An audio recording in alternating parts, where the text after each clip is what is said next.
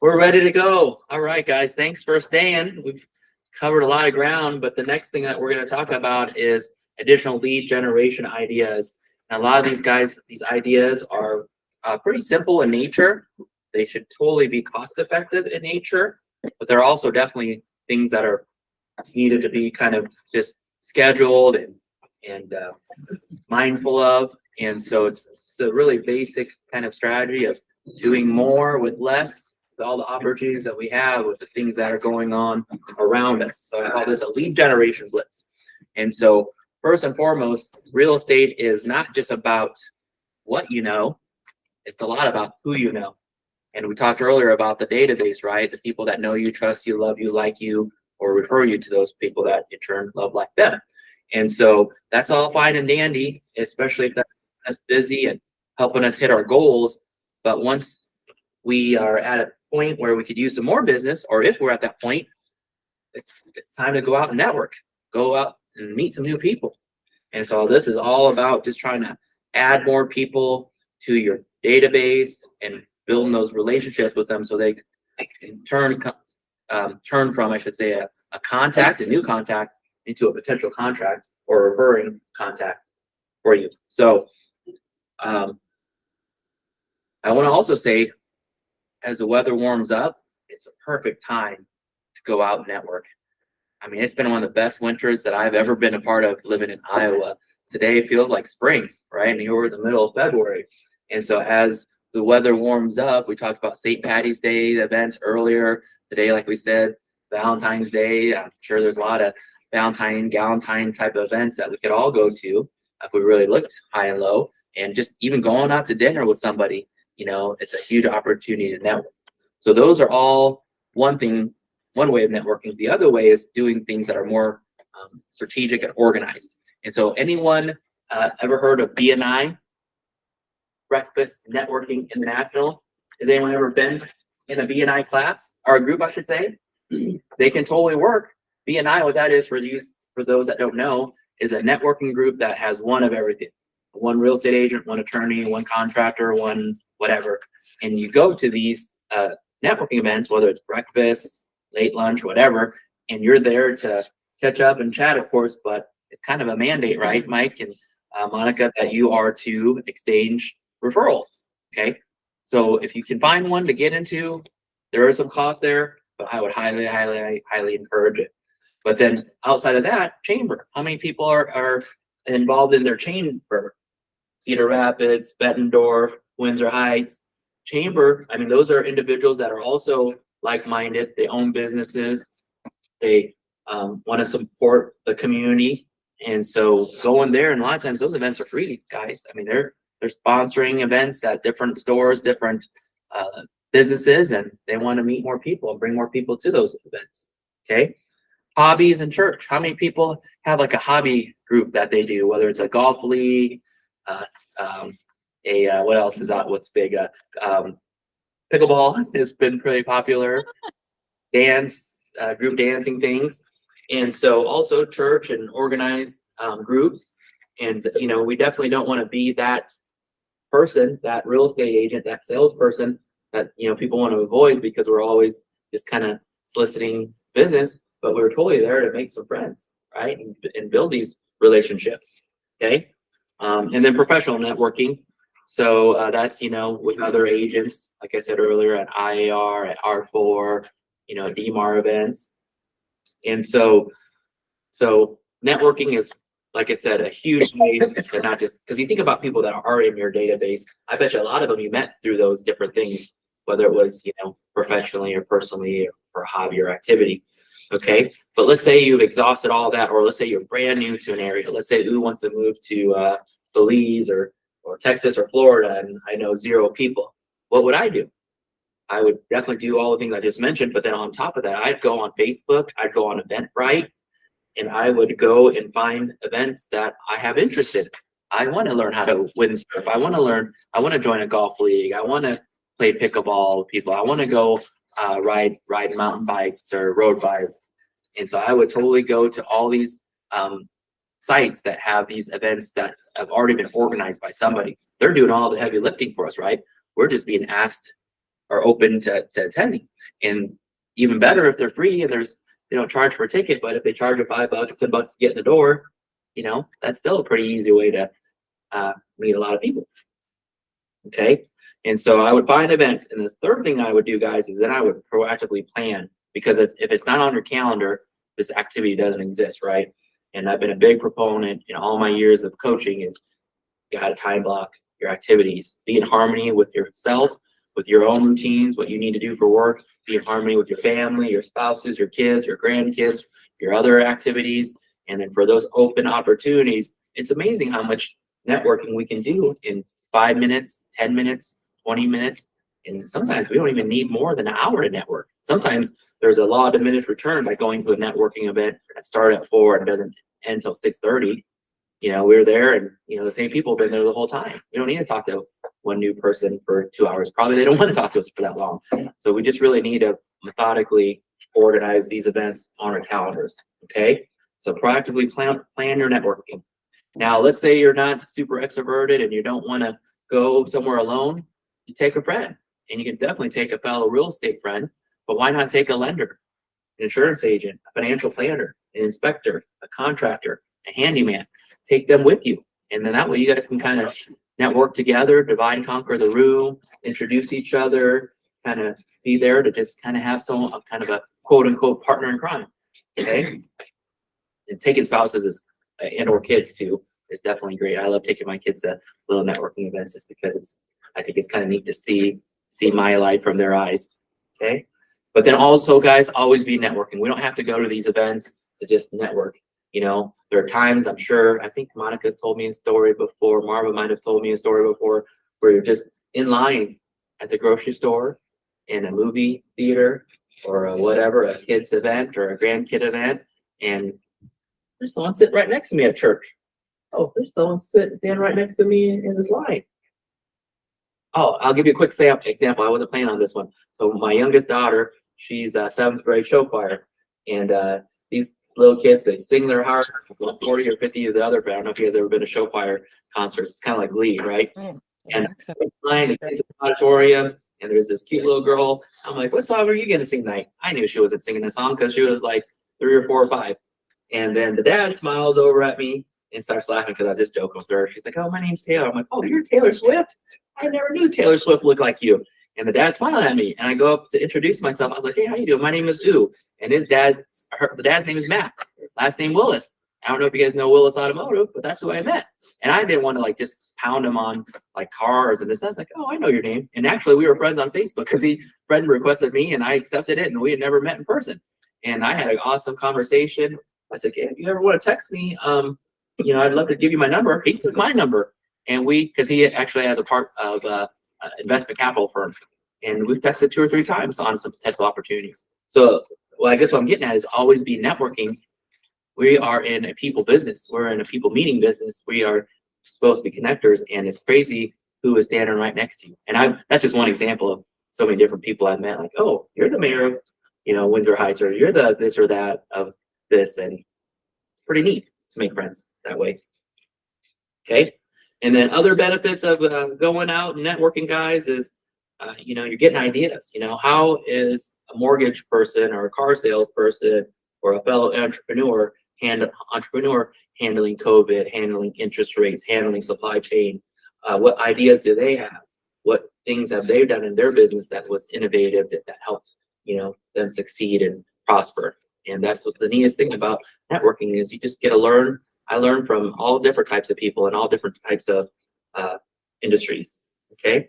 And then, of course, I said this earlier, but just making new friends. Not having a stranger, and not everyone's meant to be friends. Of course, there's people where they're the opposite personality, the opposite ideology of you, and you're like, oh, next time I see you at this event, I'll just say hi, and I don't want to talk to that girl or that guy again, right? But that's 80-20, right?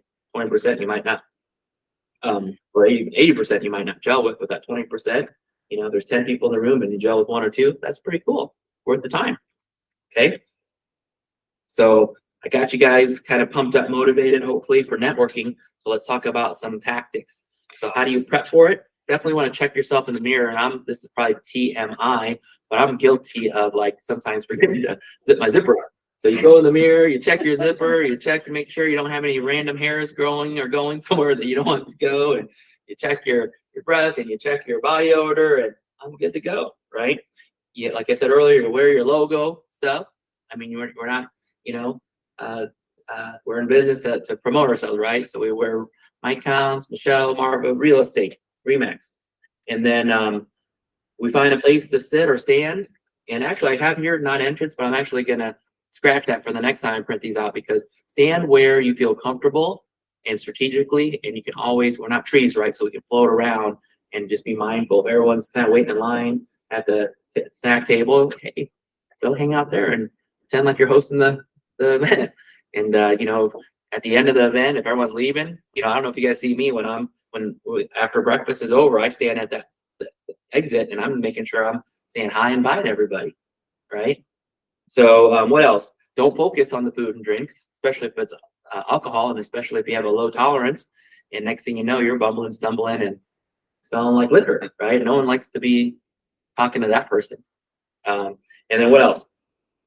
Know who you want to identify or meet. Like, so sometimes when you go to the Eventbrite or the Evites or the Facebook event, you can see what mutual friends are going there. So you can look for that mutual friend. You can see like one-offs, like 1 degree of friendships, or you might say, oh, that's a builder I want to meet, or that's a developer I want to meet, or oh, that person looks like they're the principal of the school. And then we got to do some cyber intelligence, right? Some we're not stalking and do anything illegal or criminal, but we are doing our homework, right? Fair. Okay. Try not to interact with people you only know. So when I go to birthday parties or weddings with my wife, a lot of times it's the same group that we're going to all these different weddings. And don't get me wrong, I love chatting and hanging out with them, but then also, my business mind and myself is like, oh, who's this person? Or I need to meet this or that person. And sure enough, I was at a wedding and I met a general manager of this car wash company that came here from Seattle. And next thing I know, he needs, X million dollars worth of commercial storage. I'm like, oh, I can help you with that. But you just never know who you're gonna meet when you're out networking. Because I could have easily sat at the same table that my wife was at, because she likes to kind of congregate with the same group, and I'm a social butterfly. Okay. And don't hard sell. No one wants to be sold anything, right? If anything, that these networking events are purely just to get to know people, understand who they are, where they're from, learn about their family, where their background, what their jobs are, kids, all that stuff. Okay. And just be funny and happy. That's pretty 101. And then totally 101 is bring your own cards. But there was probably 5, 6, 7 years in my life, guys, where I didn't have cards because I was busy enough to be busy. But now to lead by example, I have a big old stack of cards in my car, some in my wallet, some in my phone. My wife's got some, because that way you just never know who you can give that card to. And business cards are relatively cheap. One of the coolest things with iPhones, I learned this as an iPhone user myself, is when you put your phone on top of someone else's phone, there's a setting, can't remember now, my wife helped me do it, but you can exchange information or accept or choose to accept information. Okay. So again, it's all about going there, and anything person, at least you might see them in the future and you've got that kind of positive vibe, that energy, and next time like, oh, you've been here before, or they say, oh, you've been here before, and yeah, what's your name? I do that at track meets all the time. Like, I see you here all the time. Whose kid or whose dad are you? Whose mom are you? And oh, that your KJ's. Yeah, I saw her long jump. She long jumps with my daughter. She does a great job. She has great form. And next thing you know, you got a new track buddy, right? So many fun opportunities there. Be genuine. Be interested about them, but just don't be too interesting. Kind of meet those people. You're like, wow, what that lady smoke, or what was that dude on? And like, you don't want to be that guy. Okay. And the key thing is to follow up. Okay. And then some more tactics and strategies, guys. I'm on page 14 now. Is find your groups, find the groups that you're comfortable with, to the point where you can just kind of weave in and out of that group. I call it touch and go. Hey, I don't mean to interrupt. I just want to make sure I came over and said hi to you. And hi, and I got to take off. That's it, right? That's a connection that you got to make. Time your entry. If there's people already talking amongst themselves, you kind of just come up to the group, smile, kind of have open body language. And if there's something that you can kind of say to ease yourself into what they're talking about, that's awesome. We don't want to, if they're talking about something personal or private, maybe you find another group, but just kind of time how you're going to come in to talk to them about whatever they're talking about, or just at least say, hey guys, I don't mean to interrupt. I just want to make sure I came up here to introduce myself. You guys look like you guys are having so much fun. My name is, and hopefully they'll be warm and inviting. But guess what? If they're not warm and inviting, go and do that to the next group. And I'll skip Steve, but meet everybody you can, but it's quality, not quantity. Okay. And one of the best advices I could give you is when you meet someone for the first time, try to remember their name. And if you're like not so super awesome about remembering the name, you're like, oh, Brittany, how do you spell that? Do you spell that with a A-N-I, A-N-E-Y, A-N-Y, and 2 T's, 1 T's? And then you're just, and then all of a sudden you're like, oh, okay, well, make sure I got that right. M-A-R-V-A. Oh, thank you. And next thing you know, because when someone says their name, your name to, from their voice, doesn't that kind of sound nice and warm and acknowledge you? That kind of affirms you as a person. And then also introduce your new connections. So if I just met Sunny and I want to make sure Sunny knows Brittany, and I want to make sure Brittany knows Sunny, and that just helps me be a connector. How did you guys meet? Oh, we met through Ooh. And then you're all of a sudden you're also not kind of awkward. I'm talking to the same person the whole time, because now you have 2 or 3 or 4 additional people into your conversation. Okay. Number 4, guys, this is really, really something that I needed to learn and develop myself, but we have 2 ears and 1 mouth. What that means is we should listen twice as much as we talk.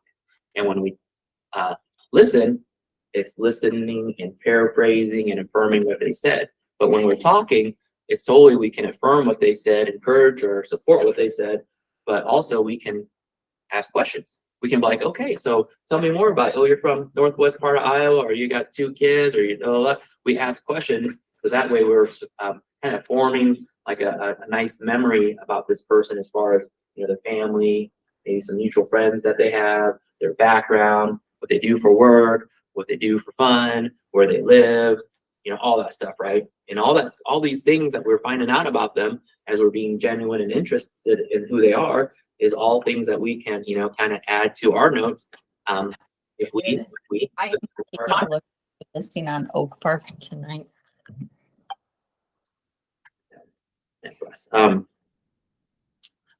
I definitely want to make sure we talk about this. So I have specific questions to ask. I kind of just rolled off a bunch of questions because I do this a time or two, right? Networking, asking about where'd you grow up and where'd you go to school and what year did you graduate from high school, and what sports did you play? And that's just like ingrained in my brain as questions to ask people.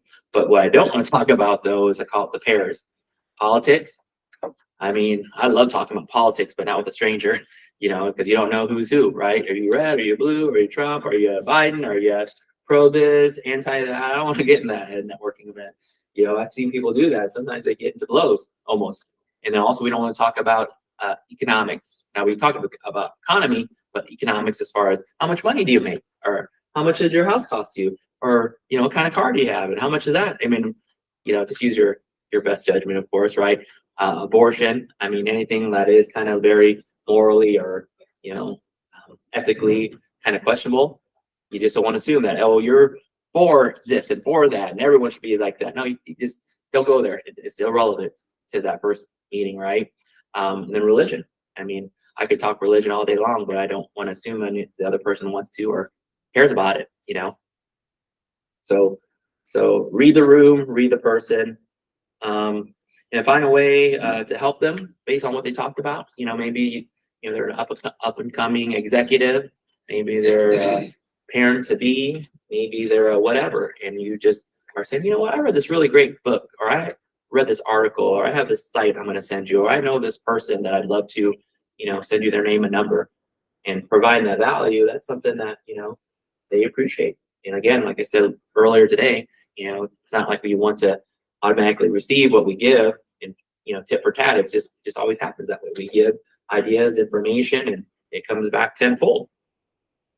Okay, so always being a value adder. And then also one thing I have learned, it can be totally polarizing for somebody when we're the ones that are always giving without asking if we can give. So sometimes you might be like, Mike, is it okay if I suggest something to you? And Mike might say yes. I said, no, I'm okay. I gotta blah blah blah. So again, read that person, right? Because sometimes like you don't want to be that person that's just always like opinionated and giving advice left or right when you don't have any business giving advice left or right, and they may not even need it from you. Okay. All right, and then even before that or even after that, mastering your 30-second elevator pitch and who you are, what you do, where you're from. And it's not about, oh, I sell 100 houses a year, or it's not like I name drop like all these people left and right. It's all about just like, I get to help people, build their dream homes. I get to help people find the perfect piece of land that they might want to raise family and do some additional hobbies with. I am able to value add and help people do this way, right? And that's part of your elevator pitch, I mean, the great news is being with Remax, it already kind of tells them what you do, right? You're in the real estate industry, but you have to also kind of think about, if they're also knowing or meeting other potential real estate agents, that 30-second elevator pitch that's going to kind of set you apart to be more memorable, because I think everybody knows at least two of everything, right? Make sense?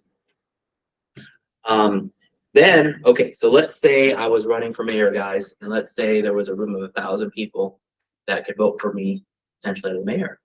And so what I would do is I would try to meet as many of those people that had time to do, but then also I don't know if I want to spend 100% of my time with every single one of those persons just because I want to then ensure say, hey, by the way, where do you stand on where do you stand on that? And have you ever made up your mind on who you're going to vote for? That's how a mayor probably should work a room, right?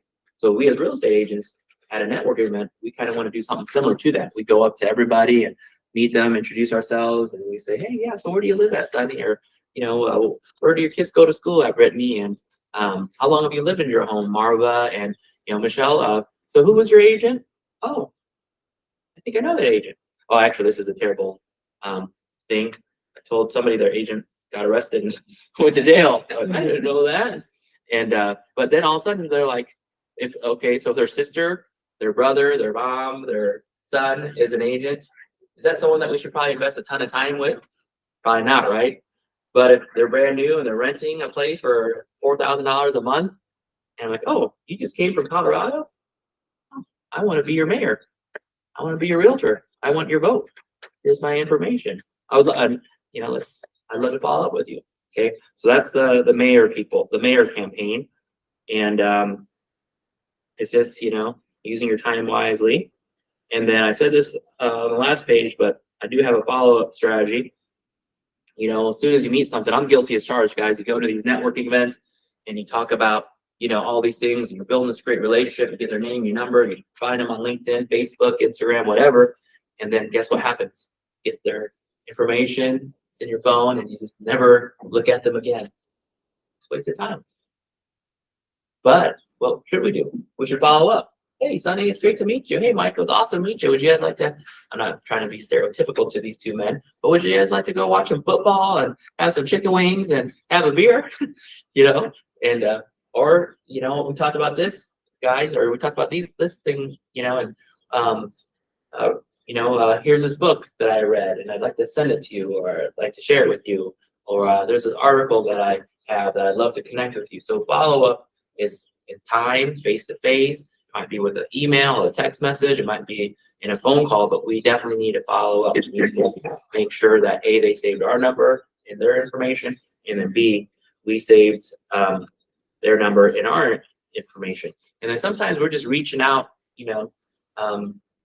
just randomly, right? Just because it's a year later and the event's happening again, it's the birthday, the anniversary, or whatever. Hey, I just want to reach out. I was hoping I'd see you at this event. Or, you told me that you're the XYZ of this or that, or that you live here and I'm in the area. I just wanted to call and say hi. Oh, you're outside grilling burgers? Oh, I can come over and hang out? Okay, sweet. I'll grab the potato chips. Okay. Invite them to stuff, share and tag them in things too on social media. I mean, you guys have kind of seen that with me, right? I'm always networking for your non-concept agent friends, because I'd love to be their broker too. And so all of a sudden, you're like, oh, that's who that person is with. And, that's who, they hang out with. And because I don't know if you guys have been like this, but people come up to me and my wife like, oh, I see you all the time in such and such as pictures and this and that. And we don't always do it intentionally, but people take a lot of pictures these days, right? And with social media anymore, everyone gets tagged, whether you want to or not. Well, you actually have an option to not get tagged if you want to, but that's just all part of social networking, right?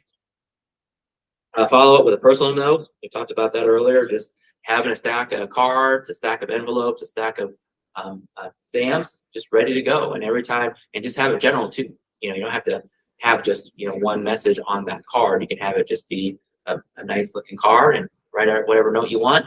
And it's a plug and play system. Okay. And then definitely, again, I said we want to be genuine, but if you really connected with somebody and you guys have like a similar story or vision or whatever, I think you just made a new best friend, right? What the kids call a BFF. And that's kind of cool because last time I checked, you can never not have a lot of friends. It's nice to know people. Okay. And then ask for business or referrals when the time is right, make it comfortable. It's definitely, again, like I said earlier in that one class, you got to ask for business. And so you built this relationship, you give value, you hang out, they come over to your house, you go to their house, your kids are friends, like, hey, you know what? I'm actually thinking about, or I should say, I'm actually in need of right now a house to sell with these, features, right? Thinking about, I have a potential listing coming up where it's a farmland that has this type of CSR or this type of rental income. And, I know you had kind of talked about that. Is that something that, I could take you to go look at, right? Those are fair questions, right? That you can ask of a friend. Let's flip the page. Everyone okay online? Jamie's still there. Rachel's still there. Myrna's still there. Oh, Barb. Hello, Barb. Angela's still there. Okay. Let's say you search high and low. You can't find a BNI group. You can't find a chamber that you enjoy going to. And you just have more time in your day and your week. And why not create your own networking group, right? If you're into golf, create a golf league. If you're into pickleball, if you're into salsa dancing, whatever. If you're into it, there's probably other people that are into it too, right? I became a biker, not Harley, road biker. I did rag bike for the first time, and now I'm definitely chomping at the bit to start my own. I'm going to call it. You guys will be the first publicly for me to say this. I want to start. What am I calling it? Ooze bike ride across Iowa. And we'd start at my house. I live in West Des Moines, and I live like right across the street from a bike trail that connects all the way downtown, Grays Lake, the Raccoon River, the High Trestle. And, I have friends that own little bars and restaurants along the way. And, I want to create something like that. But so, what can you create to hang out? If you are really big into reading about World War II, create a group on that. Bibles, kid activities, crafts, cricketing, all that stuff. So create your own group. Book clubs are good, mom clubs, dad clubs, entrepreneurial groups. Like we said earlier, you guys are the real estate agent. You create your own BNI group that doesn't have any money charge or any affiliation to anything. And you find a contractor, a handyman, a this or that, and you're meeting, and you guys are I actually created one way back in the day. It was me, Tyler Osby, a guy named Andrew Drish, and Steve Castile, still all friends of mine. And I called it like the real networking group, and we are there to brainstorm some ideas. Okay. But I should have probably put this earlier in my presentation, but so we meet people and we add them in the contact, but we don't know like if they like us. We like them, but we don't know if they like us. And why is that? Because we didn't, break the ice. Maybe we weren't genuine. So the coolest thing about building friendships is you can do it step by step and develop that rapport with them, right? That rapport is like kind of an emotional connection. And they say it takes 12 seconds of eye contact to subconsciously connect with somebody. And so by building rapport, it's using their name a lot, often in that conversation. Eye contact, kind of mirroring their body language, opening your body language, being open to their conversation instead of, guarded or standoffish, or, especially, I don't know if you guys have ever talked to people and they don't give you eye contact, or, you just, how can I be a friend with somebody that, is just kind of weird to look, not, weird to talk to. So, but rapport, guys, it is basic. It is simple. It's just got to be really a practice that we all do to figure out how to build a rapport with all walks of life, right?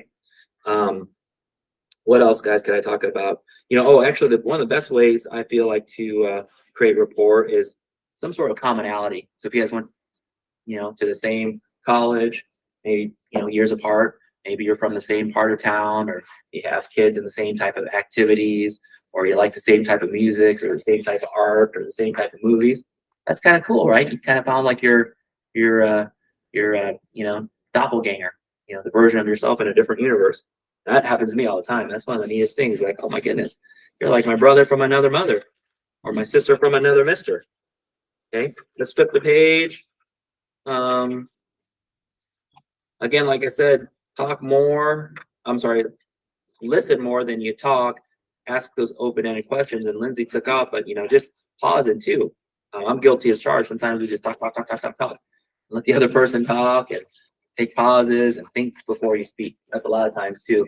I'm guilty of sometimes, you might crack a joke, you think it's funny, but man, if I would have thought about that for about 5 seconds before I said that, my wife would have kicked me in the shin. Okay, so we don't want to be too interesting. Oh, I love this part. Good networking questions to ask. And I've said some of these, guys. What's your story? Where do you live? How long have you lived there? How did you guys pick that neighborhood? What drew you to that school district? How well do you get along with your neighbors? Because guess what? What if they don't like their neighbors? And it happens, right? Dogs bark too much, or the kids are too, comfortable coming in and out of your house without knocking. The neighbors are too nosy, right? Wife's always staring at me weird. No, I'm joking. What do you do for fun? Where are you from? Where do you go to school? How'd you meet your spouse? I love that question. What do you do? What are your career goals? And what's that path look like? What do you love about your job? Oh, don't overshare. No TMI. Those are some good rules. And you might also want to ask this question. If there's something that I could do for you professionally or personally, because I love helping, what could I do? I mean, I know you're aspiring to be the principal of the school or the dean of students, or, the nurse of the school or whatever. It's like, who can I call that I might know that could help you? That's kind of a neat little, way to help somebody, right? And again, we're never ever expecting or asking for anything in return when we offer to help. But man, when I tell this to you guys all the time, your goals are my goals, right? How can I help you achieve them? And I don't want anything back. And it's just a great way to just get on their team. And there's a lot of loyalty and reciprocation when we're on their team. Okay. All right, guys. Oh, we are almost done. We technically, to get the credits, it's Michelle. It's being recorded, so I just messed it up for us. We got to go until the 11th, so we got 5, 10. We got 15 minutes and only 2 more sections. So I'll go a little bit interesting and detailed in this next one. So you want me to go turn the clock? Yeah, Sonny, great idea, Sonny.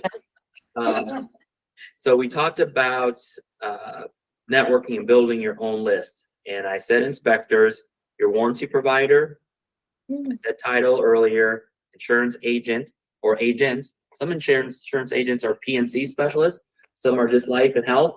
Some are disability. Some might be long-term care. You just don't know. So pick wisely on who you're networking with and make sure you expand that group as best as possible.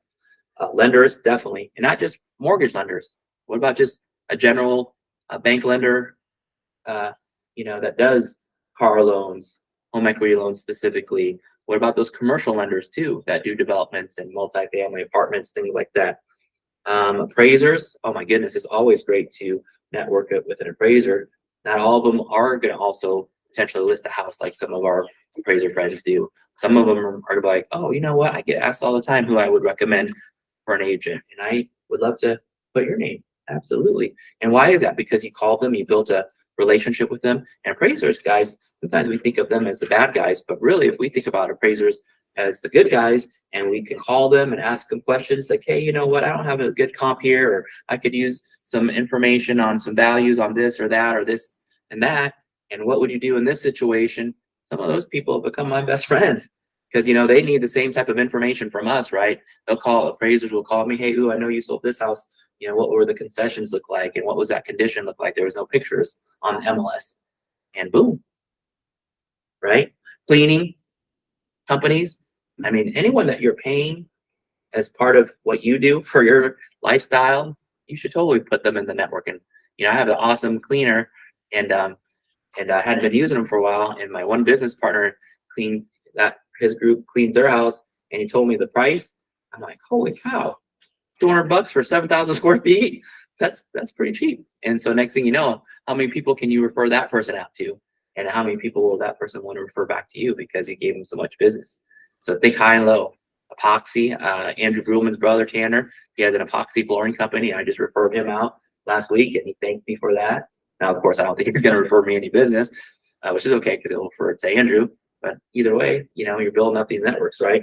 Moving companies, repair companies of all types, just, you know, drywall and, you know, trim. What about the appliances? What about the electronics? What about the Wi-Fi? What about the security? Lawn care, snow removal. I mean, there's so many guys, so many people. There's an agent, used to be licensed, no longer licensed. His name's Rick, and he bought Joy and I's minivan. And I'm like, wait, you're not licensed anymore, right? I'm like, oh. And guess who's going to be in my database? And, you know, a lot of people. He sings at the church that we go to, so we see him all over the place, right? And I think that's just. And again, we're not trying to use people, right? I hope I'm not coming off like that. We're just here to, you know, leverage relationships. Okay. Okay, I still got some time, so I'm going to really deep dive into this one, guys, and that is social media networking. So we network, you know, from 7 a.m.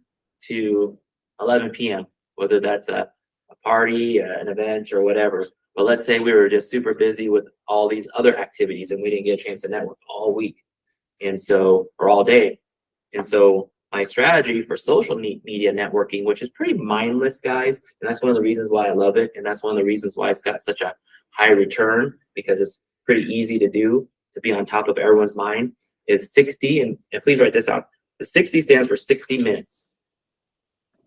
The 45 stands for 45 things on their social media, on your social media newsfeed that you can like, love, or react to, haha, whatever, care. Okay, and then from there, 15 of those things that you just like, loved, or reacted to, you try to make a 3-word or more comment. Great job on that, or awesome to see this, or good luck here, right? So 15 of those. And then 5 direct messages to people that you hadn't talked to all year, all decade, you know, for the last half of your life, right? 5 direct messages. Hey, Sonny, it's great to see you. Hey, Mike, it was awesome to see you that this and this happened. I just wanted to say hi. We haven't talked forever, right? Nothing about real estate. Hey, did you know I was a real estate agent? And I can help people buy and sell homes. Guess what that's going to do? That's going to turn them off right away. They won't ever respond to your messages. So 5 direct messages and then 1 post. And if anything, guys, I was thinking about this, and I was thinking about reordering this actually, meaning start with 1 post first, then the 5 messages, then the 15 comments, then the 45 reactions, all within that 60 minutes, because that post is really important to get you out to a bigger network, right? Or more eyes, I should say, because when you post things, your reach out is hundreds, if not thousands. When you're just commenting and liking and messaging, that's just to the 45, 15, 5 people that you touch that day, right?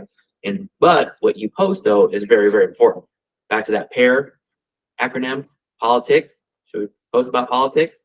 We love Trump. We hate Bush or whoever, Biden. That's not my statement. You know, money, boasting, bragging. No. Do we talk about moral, ethical things? Probably not. Religion. I love talking about religion, but again, kind of walk a line there. But so when we post, though, 80% of what you guys post daily, or at least every other day, should be personal. And you think about what you're up to, mind, body, space, activities, hobbies, kids, family, grandkids, trips, things like that. Again, not too much on the trips, just because they think, oh, this girl makes so much money. They don't need my business, right? So 80% of what we post is personal. 20% though, we got to pay for the time and the life we have that we're trying to live in this world. So we got to post something professional. And when we post something professional, we don't want to say, hey, I'm the best real estate agent. I work for the best real estate brokerage. What we want to do is, got a buyer looking for this, have an upcoming listing hit the market tomorrow. Got this open house going on this weekend. Did you guys know that rates are doing this? The market's doing that. Did you know that I can help with this type of investment, this type of real estate? So that's informative, right? We don't want to sell too much, but again, we kind of have to do that as entrepreneurs. But then also we can story sell what we're doing. Oh, going to a closing, and this family just moved from Burma, right, Sonny?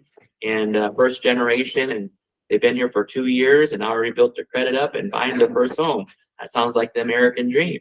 Did you know that I helped this client's dad buy a house, and now I'm helping them buy their first house?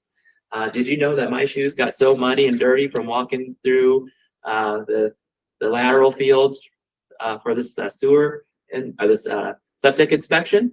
You know, those are all story sells of what we're doing. Look at this big, beautiful window and a glass of paint or artwork, or this piece of whatever history that I just found this house, or look at this funny little cat that's been hiding underneath the bed. And we story sell what we get to do as real estate professionals, because real estate is a very, very, attractive business. There's so many people that would love to be a real estate agent, and they're living vicariously through you, right? Look at all these new constructions, these new developments, this outbuilding pole barn that I got to see. So that's what we do. And like I said, let's say that you work your butt off all day, 12 hours showing, listing, whatever, because we all have those peaks and valleys in our business, right? And that peak is we're all busy showing and listing and this and that, and we have all these closings, right? And then what happens the day after the last closing? You start dropping into that valley. You're like, wait, what happened? I was so busy in March, April, May, June, but now July, August, September, October, that sucks. I gotta pick up the phone. I gotta do what was telling me to do, right? And so what I'm telling you guys is, don't do that. What you should do is you should 8 o'clock, 8:30 p.m., 9 o'clock, you should just go on your phone. And it's okay to do this, do the 60, 45, 15, 5, 1 that I just talked about. Now, when you wake up, we all are, I think, guilty as charged, right? We reach for our phone and we go to the news, we go to the feeds and this and that. And that's probably not the best thing to do. Rather, if you wake up, work out. I have my own, routine of all the things I like to do, meditate, move my body. But let's say you're just like tired still, and or maybe like me, I wake up in the middle of the night, like 2 o'clock, 3 o'clock, 4 o'clock, right? That's when you can start doing the news feeds and liking, loving, and reacting and sharing and commenting and posting and messaging, so it's just real, it's like takes very, very little energy and mental energy to do those things, right? So that's kind of like your kind of marketing with as minimal output as possible. Does that make sense, guys? Okay, I am just for the record, I think I went so fast that I got through all my information, but does anyone have any questions online or in person? We lost our moderator, Michelle. She's walking back in. Okay.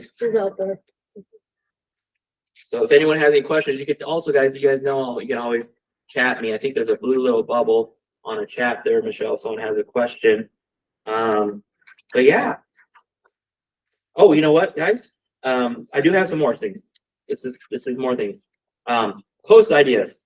We said some of these earlier, but if you weren't in the meet training, want to know what your house is worth? Would you like to know how much money you can walk away by selling your home? Want to know how much homes you can afford? Dave Ramsey, one of the most popular financial gurus, says that you should not spend more than 25% of your monthly gross income towards your mortgage. And then also, did you know that you have to have a credit score of at least 600 and some? Did you know that 33% of people have bad credit? And these are some programs that I know of that can help. Are you looking to buy your first home? There might be some programs and grants available. So I have all kinds of post ideas, guys, in the handouts here. Rates are dropping, prices are stabilizing. Our house has this home sitting are hitting the market tomorrow. Again, it's always sharing is caring, right? So, and sometimes if you want to ask for the permission of that agent to share, that's great. And I'm going to bet 99.9% of the time they're gonna be like, share away, please, because it's going to hit the market anyways. Congratulations to blank on the purchase of their first home. So there's just so many post ideas, guys, that you can do for that one post a day that I'm talking about. And like I said, it seems like a lot, but once you build it as a system, as a habit, put it on your to-do list, because once you do it and you cross it off, that's going to automatically release so much dopamine that you got that one super important thing done, and that'll make you happier to help you get more momentum and energy for other activity items. Oh, right now too, guys, mover uppers. This is what's happened. Okay, the year is 2024. Millennials were technically born 1978 up until 1996. And so a lot of times over the last 5-10 years, we think of millennials as first-time home buyers. But guess what? They already bought their first home. A good chunk of them did, right? Because the average age of a first-time buyer is like 26 to 31. And then, like I said earlier, the norm is that people stay in their house 5 to 7 years. And so now what are they? They're first-time sellers. And what also stats tell us is when they move up, when people move up in general, if they move up 1.5 times their current home value, their current mortgage, right? And so what I feel right now, guys, is there's a lot of first-time sellers, and I'm actually building homes for quite a few as we speak, that nothing is on the MLS that looks that great for them to compel themselves to want to buy a house. So they have a lot of pent-up demand right there, or we, I should say, as an industry, have so much pent-up demand because nothing's compelling for them to drop everything they're doing to go schedule a showing and call you guys, right? And then also rates have been kind of a bummer for a lot of us. And one thing we can educate people is for every point that goes up or down in rates, it affects purchase power by $40,000. So right when we had a 4% increase, that's $160,000 in lost purchase power, right? But then that was almost hovering like 7.5, almost 8. And now it's, I think rates, I saw one sheet came at 6, and it wasn't great because inflation isn't inflation's too good, our economy is too good, and that's why the rates are still in that 6% range. So what I'm getting at though is there's a lot of pent-up demand, there's a lot of mover uppers and right sizers, and so kind of put yourself in that mindset when you're putting out your campaigns and your messages and you're researching who to data mine within your database, okay? Because that's huge. I'm predicting that's going to be one of the best things right now. That's why that targeted selling class I did just a couple hours ago is going to be so important, okay? But then I did give you guys some ideas. I think you still have page 18, maybe. Affordability here, or so I should back up. Here are 7 important things to consider before you move to a bigger home. This is your message that you can copy and paste this, guys, and send this into your newsletter or email blast or whatever. But here are 7 important things to consider before you make the decision to buy a new home. Affordability. And we talk about that. And maybe what we could do, what I hope you guys do, I do this, like Dave Ramsey thing. And most lenders, the front end ratio can be up to 30% from a debt to income ratio standpoint, right? And then the rest of their debt could be up to 10 or 15%. That totals 40 to 45, right? And then we take their gross income times those things, and then we figure out, oh, we should be able to do that, but let's get you pre-approved. Or resale value. We talked about that earlier too. Okay, think about moving up. You bought your house, and if you bought your house from 1999 to 2019, 20 years, you were sitting on a pretty sweet egg, right? Or nest, right? Nesting. So let's talk. So what else? Location. If you're thinking about moving, think about the location. Most people, stay within 45 minutes of this or 30 minutes of that, or will buy a home within this vicinity of where they do this or that. And so are you currently, so how many people hate where they live just because they have to drive, through a street or through an area or a neighborhood or an extra 5 minutes to go, they got to take I've got clients right now that want to build because they live in Waukee, their kids go to Grandview Christian, and then they work in the Granger Grimes area. That's like 2 hours of driving every day. And just think about all those situations out there. So that's what we're trying to help them think about, right? Purpose. Why do you need a bigger home? Why do you want to be closer to this person? Why do you need, or are you having a growing family, or are you working from home? Upkeep, maybe, they're ready to downsize because they had a 4 or 5, 6, 7 house, and now all their kids are, grown and gone. Okay.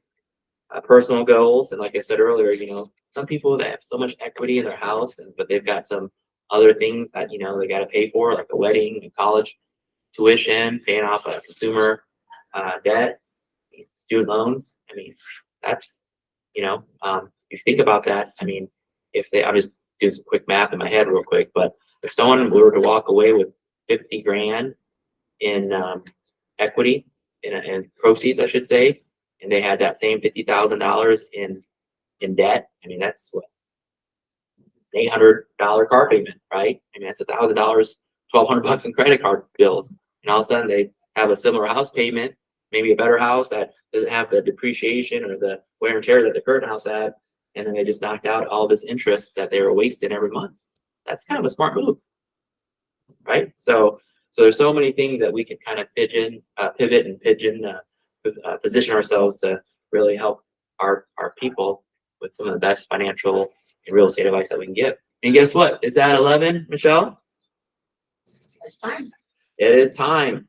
So any questions, anything to add? Any comments? I don't know whether this is definitely related, but I've had a couple people ask me recently when I say, hey, we've got a shortage of inventory. And they ask me, why is that? And the comment I got is, aren't builders building enough?